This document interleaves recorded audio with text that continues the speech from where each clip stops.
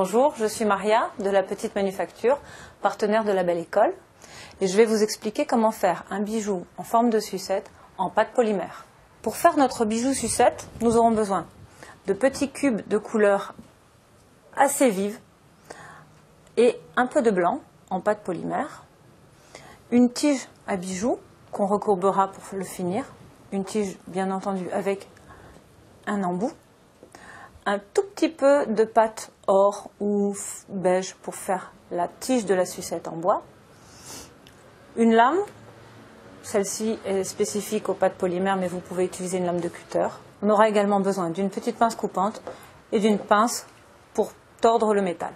Alors pour faire notre sucette, on va faire plein de petits boudins de toutes ces couleurs et ensuite on les assemblera. Je commence avec le blanc et je vais lui donner une forme de boudin et toutes les autres couleurs de la même taille, approximativement 6 à 7 cm. Le blanc peut être légèrement plus épais.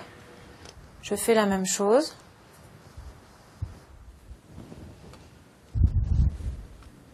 Maintenant que j'ai tous les petits boudins, je vais les assembler côte à côte en essayant d'intercaler les couleurs qui fonctionnent bien les unes à côté des autres. Et je fais en sorte qu'aucune couleur ne soit cachée derrière une autre.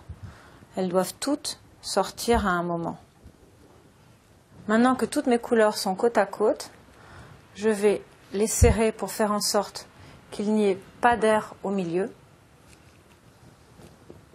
J'appuie donc doucement, j'appuie, je serre, mais en faisant en sorte de garder chacune des couleurs bien visible sur tout le pourtour. Maintenant, je vais le rouler doucement en maintenant bien les extrémités pour que les couleurs ne se détachent pas les unes des autres. Et maintenant, je vais faire une torsion sur mon boudin et continuer à rouler et garder la torsion sur toute la longueur. Je continue à rouler pour avoir une épaisseur d'à peu près 4 à 5 mm. Voilà, pour l'instant, je ne le coupe pas. Je vais le rouler et je couperai à l'endroit où j'estime que c'est suffisant. Je le roule sur lui-même. Voilà, je pense que là, c'est assez. Je coupe en biais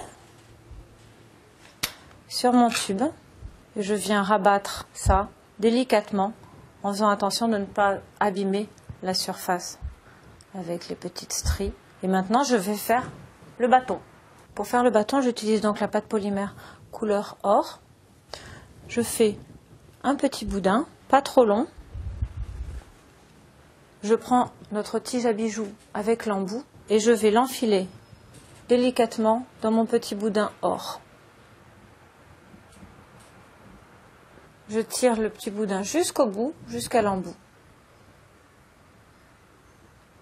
Maintenant, je vais piquer à travers la sucette en partant du bout de l'extrémité basse, en allant délicatement pour être sûr de déboucher tout en haut.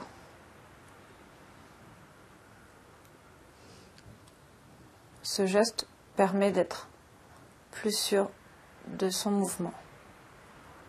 Voilà. Je tire un peu pour pousser le petit bâtonnet comme s'il rentrait dans la sucette. Maintenant, je vais pouvoir le cuire dans un four électrique à 130 degrés pendant une quinzaine de minutes. Voilà, le pendentif en forme de sucette est sorti du four. Je vais donc maintenant lui faire une petite boucle sur la tige afin d'en faire un pendentif. Je vais tout d'abord couper l'excédent de tige, ne laissant qu'1 cm au-dessus de la sucette. J'utilise pour ça une pince coupante.